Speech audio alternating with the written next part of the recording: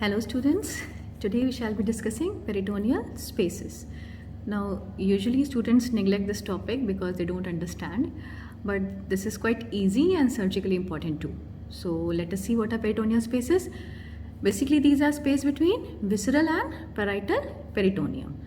Normally what happens? Normally it contains only thin layer of fluid for lubrication and movement of the viscera.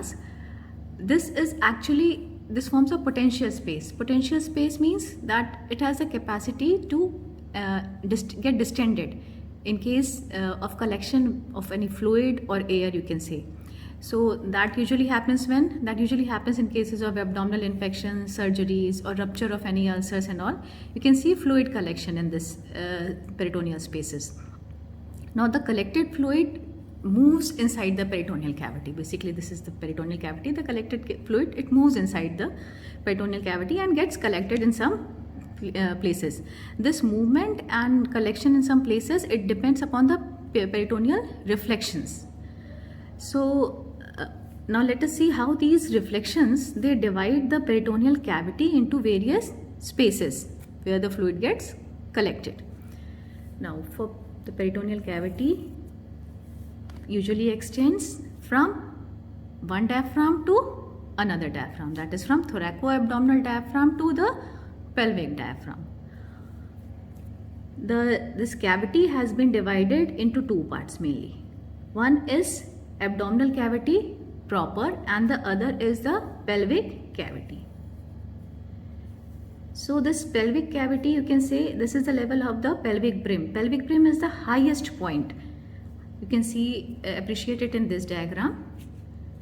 This is a lying down person. This is the posterior abdominal wall and this is the anterior abdominal wall. So these two, you can see, are the lowest points and this form the highest point. This highest point is basically what? This is the pelvic brim.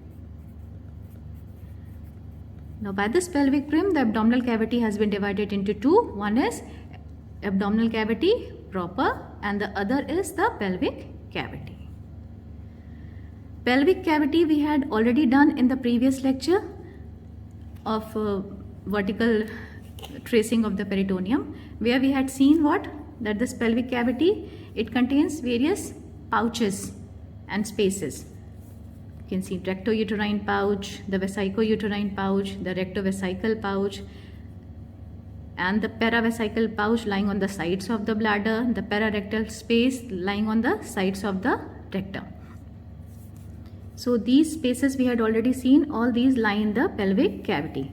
Among these, rectouterine pouch is the deepest pouch.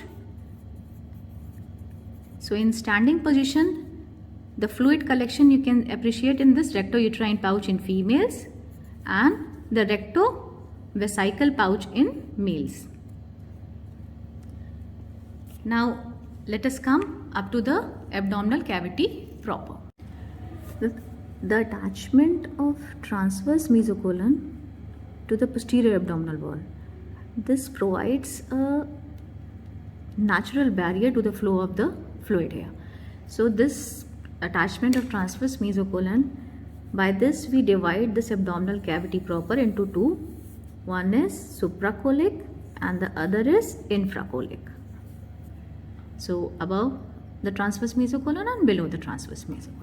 Now again, if we see in the infracolic compartment, we have one more natural barrier to the flow of fluid. That is what? That is the root of mesentery. So let us draw the root of mesentery.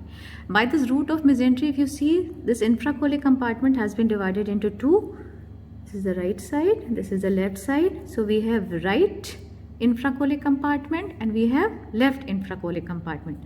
Both of these are triangular in shape. Here in the right side, the apex is pointing to the downward direction and on the left side, the apex points in the upward direction. So we have here in the upward and the downward direction. Now if you see in the right triangular space, basically this is a sort of closed space. We have ascending colon here, root of mesentery and transverse colon here. So the infection from the pelvis cannot spread here. Any infection cannot spread here. There may be infection which is related to this area only, like any perforation in this ascending colon, or caseous necrosis of tubercular mesenteric lymph nodes. In that case, the tubercular abscess may collect here. Now, if you see the left infracolic compartment, it is open downwards. So, it freely communicates with the pelvic cavity. So, the infection of the pelvic cavity may be found here also. Now, let us come on the paracolic gutters. There is another compartment in the infracolic compartment. You can see they are called paracolic gutters. Paracolic, that is on the sides of this colon, ascending colon, and on the sides of the descending colon. This paracolic gutter can be visualized here in this diagram. This is the posterior abdominal wall. We have the ascending colon here. We have the descending colon here. This is a transverse section. This is the root of mesentery and small intestine. Now, if you can appreciate, this is the peritoneal reflection.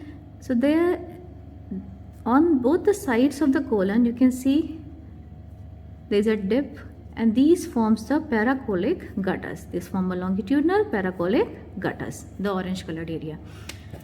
Now, paracolic gutters basically lie on both the sides of the colon, ascending colon and descending colon. So, this is called what? This is the right lateral paracolic gutter, and this is what? This is the left lateral paracolic gutter. Now, if you see the right lateral paracolic gutter, this is continuous with the supracolic compartment. The right lateral paracolic gutter is continuous with the supracolic compartment. So, any infection here, like in case of any inflammation in the rupture of the appendix, the infection can spread in the supracolic compartment also. Similarly, if there is any perforation of ulcer, in that case, the gastric contents can be seen in this right lateral paracolic gutter also. Coming on to the left side. Now, this is free. You can say there is free communication. But on the left side, that is not free communication. It is is partially closed. It is partially closed by a ligament between diaphragm and this splenic flexor of colon. That is called phrenicocholic ligament. That is called phrenicocholic ligament. Now, spleen lies here. There is a spleen lying here. So, this phrenicocholic ligament actually supports the lateral border of the spleen. So, it is also called as sustentaculum. Sustentaculum, sustaining the lenis. Lenis is for spleen, sustentaculum, lenis. So this phrenicocholic ligament, it partially divides these two, supracholic and infracholic, or you can say the left lateral paracholic gutter from the supracholic compartment. So we have seen the infracholic compartment. Now the supracholic compartment. Supracholic compartment, if you see, has been divided by the presence of this liver. Above the liver, below the liver, and behind the liver. So above the liver we have suprahepatic space, then subhepatic space below the liver, and behind the liver we know it's an extraperitoneal space or the bare area. So it is what? Extraperitoneal space. So all these three spaces are again divided into right and left compartments. So you can say in total there are 6 compartments or 6 spaces in this supracholic compartment. This supracholic compartment is also called subphrenic spaces, you can say, as they lie below the diaphragm. So in the supracholic compartment, the spaces are also called subphrenic spaces. This word subphrenic is also used for suprahepatic space, as it is basically this is more subphrenic space. It is also used for suprahepatic. So interchangeably it is used subphrenic space. Now let us see the details. Now don't be scared. All these 6 spaces are very simple. Let us first start with suprahepatic spaces. That is right and left. We have right suprahepatic space and left suprahepatic space. Suprahepatic spaces, also called as subphrenic spaces below the diaphragm. There is another name for it. It is also called anterior intraperitoneal spaces. We will deal with it later on. First, we'll quickly revise the ligaments of liver. That will make you easier to understand. Suppose this is the posterior surface of the liver. We have falciform ligament from liver up to the superior surface, that is the diaphragm, you can say. This falciform ligament, it spreads here. On the left side, left triangular ligament. On the right side, here we have inferior vena cava, so it forms a triangular ligament below here. This is what? First it forms superior layer of coronary ligament, then the triangular ligament. And we have inferior layer of coronary ligament. This. So we have left triangular ligament, we have right triangular ligament, and we have coronary ligaments here. This again, let us see, this is the area of ligamentum teres, the attachment of porta hepatis, the L-shaped attachment of porta hepatis. So this is porta hepatis, this is the attachment of lesser omentum. Attachment of lesser omentum. This from here forms ligamentum venosum. So it is groove for ligamentum venosum entering the inferior vena cava. This is somewhat like this and it closes here. So we have left triangular ligament, superior layer of coronary ligament. This reflects onto the diaphragm. Inferior layer of coronary ligaments, it reflects onto the right kidney below. And this is the right triangular ligament. Now let us come to the spaces here. So this is what again we have drawn. The diaphragm, the liver, suprahepatic space or subphrenic space. There are two divided by this falciform ligament. So this falciform ligament, we have right suprahepatic space and there we have left suprahepatic space. Boundaries of right suprahepatic space, if we see, superiorly diaphragm, inferiorly right lobe of liver, posteriorly superior layer of coronary ligament and right triangular ligament. On the left side, it has falciform ligament. And on the right side, it opens, the fossa is open below. It communicates with the subhepatic space also. It communicates with the subhepatic space. So you can say it communicates with the subhepatic space. Now coming up to the left side. The left suprahepatic space, again superiorly diaphragm, inferiorly left lobe of liver. On the right side, falciform ligament. Posteriorly we have what? Left triangular ligament here. On the left side, it is continuous with the spleen, here, stomach. So any infection or operation, you can say, in the areas of spleen, stomach, we have pancreas also here. So all these operations, abscess may be seen in this left suprahepatic space. Now coming up to the subhepatic spaces. Now subhepatic spaces, these are the most important spaces. Again we have right subhepatic space and left subhepatic space. So let us see, concentrate on this diagram. This is our sagittal section of right side. We have liver here, gallbladder, and this is the peritoneum reflecting. So this is what? This is the superior layer of coronary ligament reflecting onto the diaphragm. And this is the inferior layer of coronary ligament reflecting onto the right side of right kidney, you can say. In this diagram, you can appreciate that this suprahepatic space, this is, or the subphrenic space, this lies anteriorly. And this subhepatic space, this lies posteriorly. So this is the suprahepatic space lying anteriorly, subhepatic space lying posteriorly. That is why suprahepatic space is also called anterior intraperitoneal space and subhepatic space is also called posterior intraperitoneal space. Now this is the right posterior intraperitoneal space or the right subhepatic space. Let us see the boundaries. Now anteriorly what is there? Anteriorly we have liver and gallbladder. Posteriorly we have, this is the suprarenal gland, this is the kidney, the second part of duodenum and the part of head of pancreas related to it. Then we have the splenic flexor of colon. Hepatic flexor of colon, I'm sorry. This is hepatic flexor of colon and the transverse mesocolon.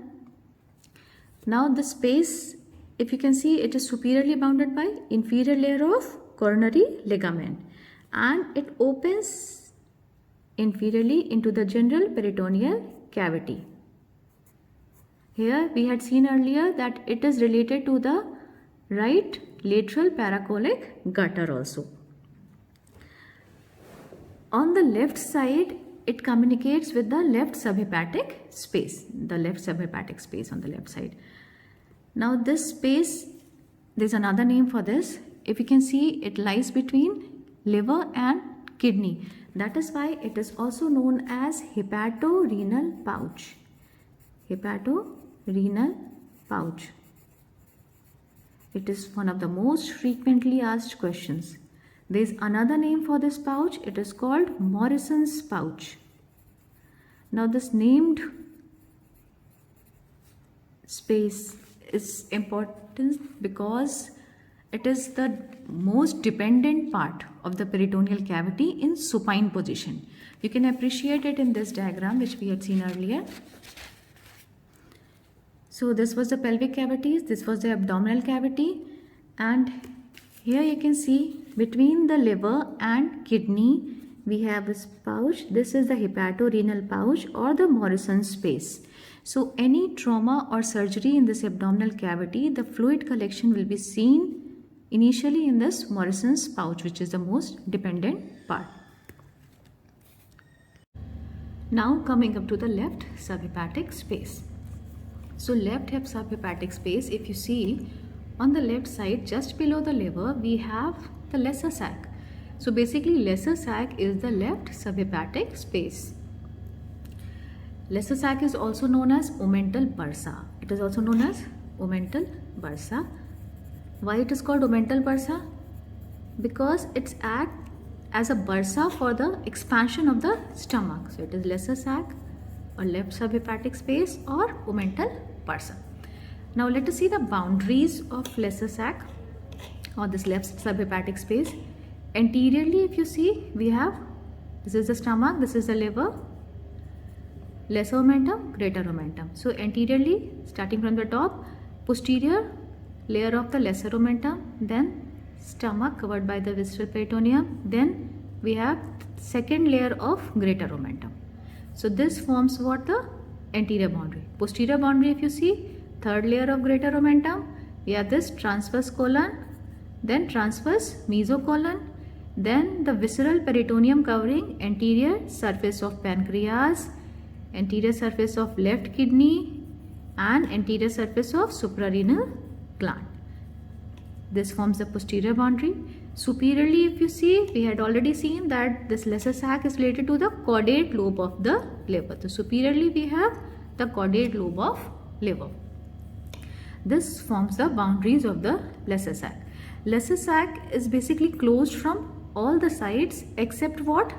Except the epiploic foramen or the foramen of Winslow. Where does it lies? Suppose this is what you look from anteriorly.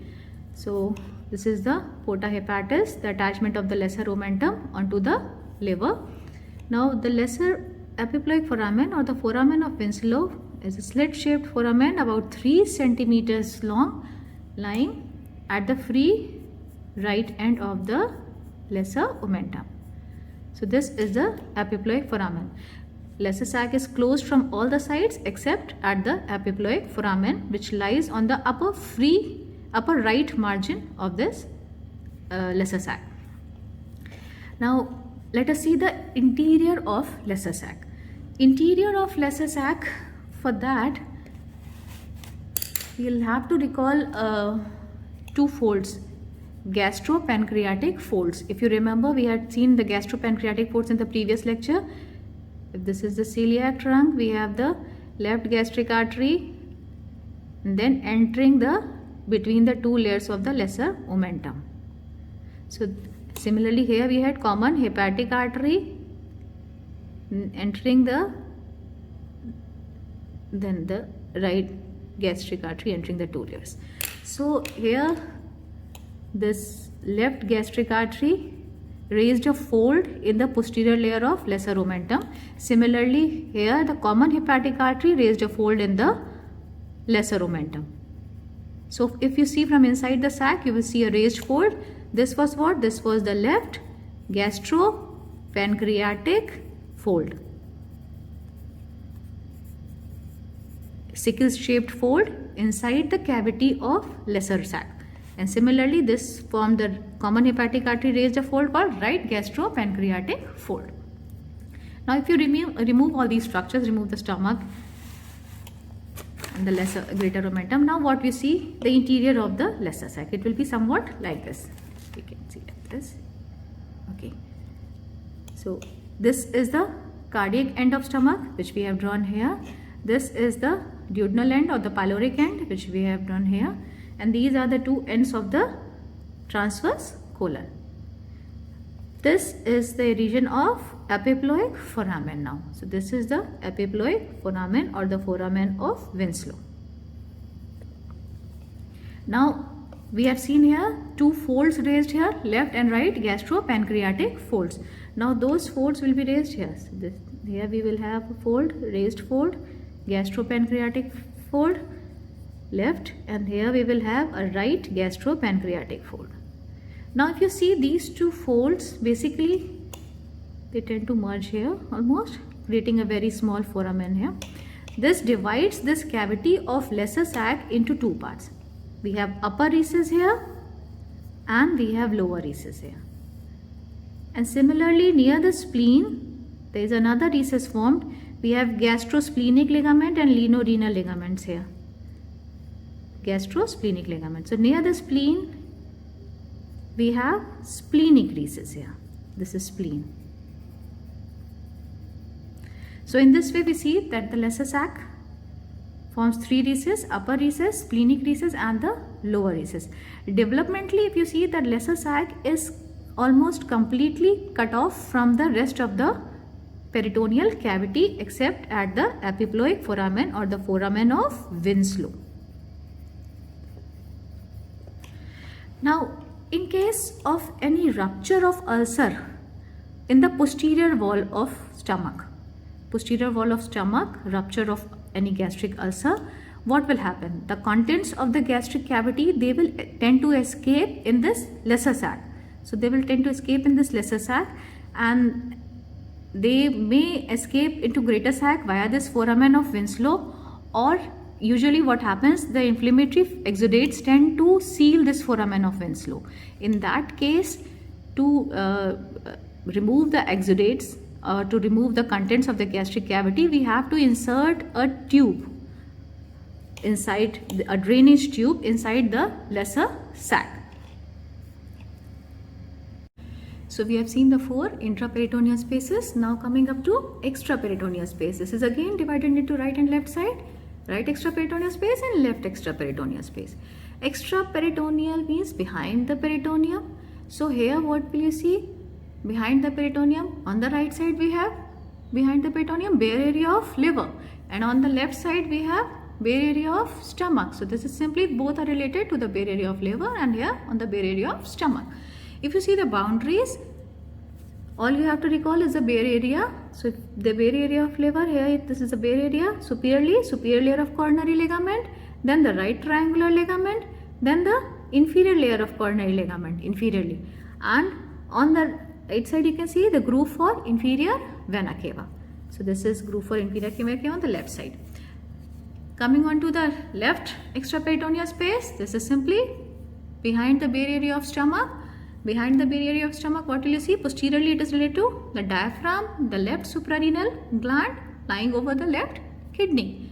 Both these spaces are closed spaces, so they are rarely infected. But in case of any accumulation of fluid or any infection here, then what will happen? This will tend to press the diaphragm. So the accumulated fluid will press upon the diaphragm. Now we have seen all these related to the accumulation of fluid. Now what is the accumulation of excess fluid in the peritoneal cavity? It is called ascites. So ascites is the accumulation of excess fluid in the peritoneal cavity. The causes are many. Peritonitis, but most common cause is the portal hypertension. So most common cause, portal hypertension. Then we have malnutrition, malignancy, heart failure and all these result in ascites. Now this fluid needs to be tested, that what is the type of infection, or to know the cause, underlying cause. For that, sampling of peritoneal fluid is done, and this sampling, it is done by paracentesis or culdocentesis. Now culdocentesis is the sample, the fluid is extracted from the most dependent part. What is the most dependent part? This is very frequently asked. From the pouch of Douglas, that is the recto-uterine pouch of Douglas, also known as Cul-de sac. That is why this is called culdocentesis. So this is the most dependent part in sitting position. Now in this, the needle is inserted through the posterior fornix of vagina. We can simply reach this pouch of Douglas or recto-uterine pouch by this posterior fornix. Then we have another thing called paracentesis. Paracentesis, the fluid is drained from the peritoneal cavity.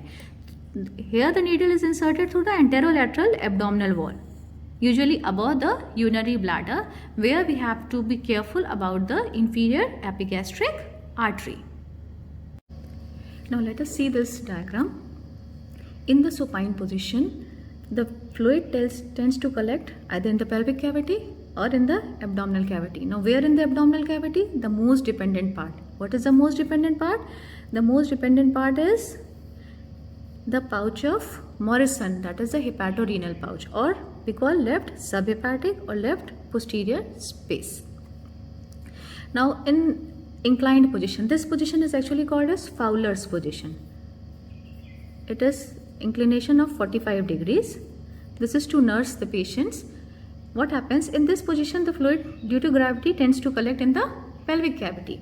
Where in the pelvic cavity? The most dependent part. What is the most dependent part? The recto-uterine pouch of Douglas, also called as Cul-de sac.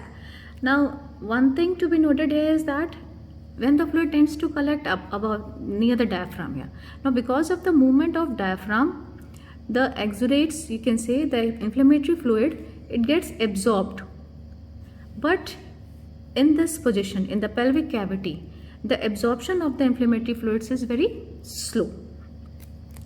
So this you can say the infection, the absorption of infection is very slow. So this position is preferred while nursing the patients. Now with this, I finish it up my topic, peritoneum. Today we have finished the peritoneal spaces.